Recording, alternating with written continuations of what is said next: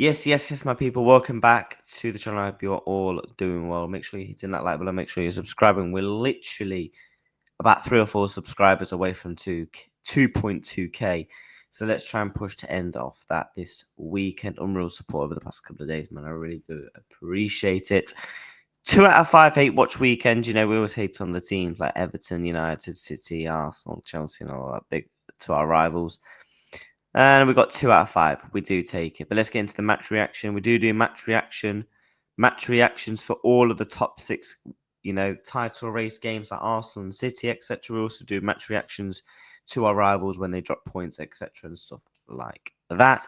And we also do loads and loads of Liverpool content. I'll probably say 80% of the channel is Liverpool majority content. So if you like the sound of all that, make sure you're hitting that like button, make sure you're subscribing to the channel. So let's get into the match reaction review. Fulham 1, United 1. The first 15 minutes, I thought Man United actually played really well. I actually thought this somewhat continued after left off after last week against Arsenal. I thought they was unlucky to not pick up at least a point against Arsenal. And they started really well today against Fulham. When we'll get into the lineups, I thought Mateus Cunha was cooking in that first, 15 or so minutes. Him and when we're linking up, Dorgu down the left-hand side creating chances. And you're thinking Man United might actually have a really good game today, continuing after last week. But things took a swiftly turn. They took back of Manchester United. And yeah, we're going to get into the goals. So the first goal was a Muniz own goal. And this was the goal. Please tell me how this goal was not disallowed. Lenny Yoro clearly pushes Bassi with 2 hands, but VAR doesn't do anything. The goal does stand, by the way. And it was actually going wide, but it took a deflection. So basically, if he hadn't have pushed him, that goal wouldn't have happened, and Manchester United would have gone 1-0 down. Because ultimately, Fulham would have scored 1-0.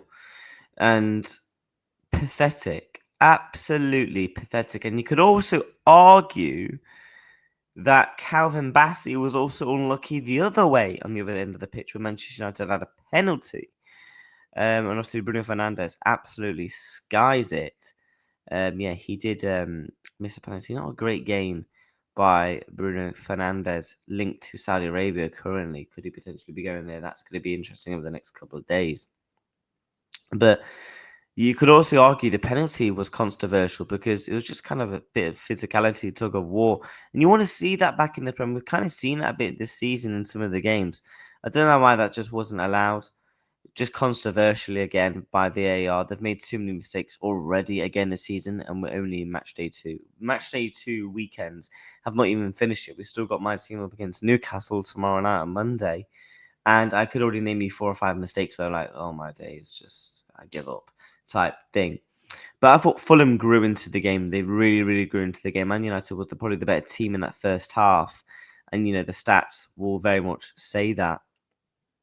6 shots to more dominant on the possession. Expected goals were 1 point to 0.82. Just more Man United in that first half.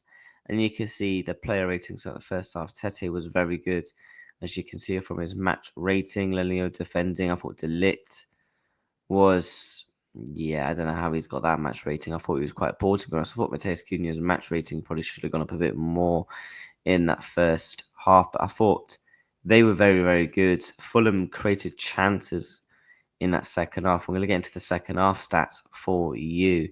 These are the stats in the second half. Clearly, Fulham more dominated possession, more shots, better XG. And you can heavily see it was heavily more dominated from Fulham.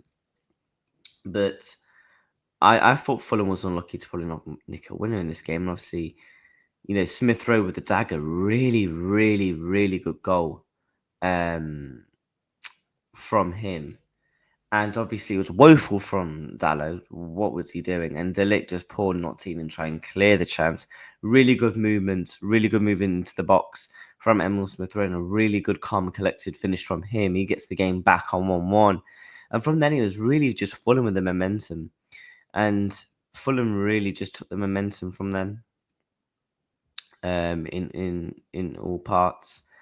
And really good point for them as they pick up back-to-back draws. They picked up a point against United and a point against Chelsea, which, to be honest, you'll probably take that in consideration. Can start their season for them.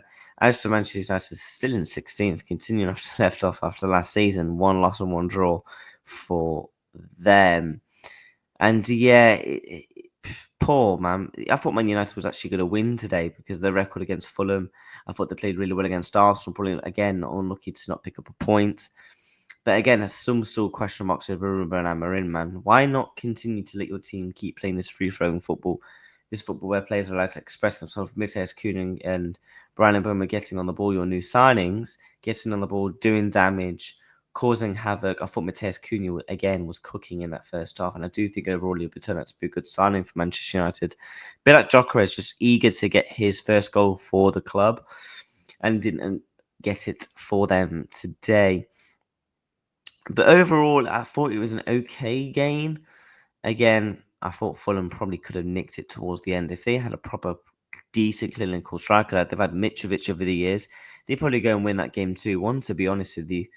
But yeah, just disappointing if you're a Man United fan again, because first half he played really well, especially that first 20, 15 minutes or so. He was playing really good free-flowing football, and it just kind of reverted back to old play it safe.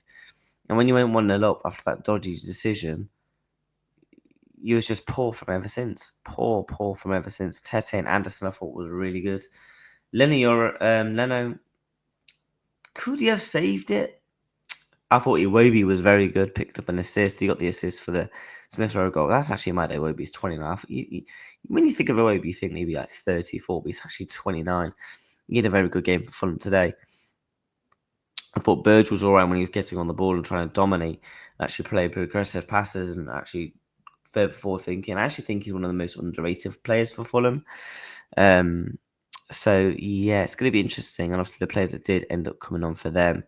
Again, controversial. Why is Kevin Mainoo not playing for Man United? Like, you go back to Man United's problems in this game, back to problems last season, their midfield. Kevin Mainoo is press resistant. He can get on the ball. He can create chances. He's good defensively. He's agile. He can play that box to box. Whatever. He's an overall package midfielder. And we've seen that he can dominate games on his own. And for a player that is literally 20 years old and he's not getting game time for Man United, there's a reason why he was linked to moves away this summer to the likes of Chelsea, etc. So that's going to be interesting. You're telling me he can't replace a Mason Mount, put Bruno more forward thinking? Why not? Or even start Benjamin Sesko and drop Cunha back a little bit. Because I actually think Sesko would have actually done better runs than Matthias Cunha. I think they would have created more chances. Because I actually think that's what Matthias Cunha's best attributes are. The way he's able to movement on the ball and actually be able to create chances, different style of chances as well. So, yeah, Man United, their next couple of games for them. They got Grimsby in the Carabao Cup, man. Man United in the EFL round 2. Yo, that's mad. It's because obviously they missed out on European football, wasn't it? Obviously, where they finished in the league last season. So they got Grimsby. Surely you'd think they'll pick up a win away and trying to go on a decent cup run. Again, the fixtures isn't getting really too easy much after that. Because Burnley, yeah, you'd expect them to beat Burnley at Old Trafford. Then it's a Manchester derby. You don't want Manchester City's going to turn up. I think Chelsea have actually looked okay this season. I think they look good in pre-season. I think they'll probably lose to Chelsea, to be honest. And Brentford, you never know what Brentford you're going to get. Either Brentford going to turn up or you're going to beat them. It's as simple as that. After that, you got the likes of Sunderland and Liverpool. So tough few games for Man United, but they need to pick up a win against Grimsby and against Burnley, and then you can probably get your season up and running. As for Fulham, two results against Brighton. I'm sorry, I forgot they play. I thought they played Chelsea, but no, they picked up a draw against Brighton. And he's gets the late winner. So far, probably a decent start for Fulham. A point against Brighton away last minute, and a point against Man United, which they probably should have won, to be fair. And then obviously they play Bristol City in the Cup. They've got some winnable games after that, probably Warren Chelsea for them. So yeah, interesting start to the season. Obviously, one more game to go, which is my team, Liverpool. So yeah, on to match week 3 for the rest of these teams. We're going to be doing match reaction content, all the big top 6 games, and also a load of Liverpool content. If you like Liverpool content, make sure you smash that like button. Make sure you are subscribing. Man United started well in that first 15 minutes, but kind of dreadful and awful probably after, if I'm being truly honest. Take care.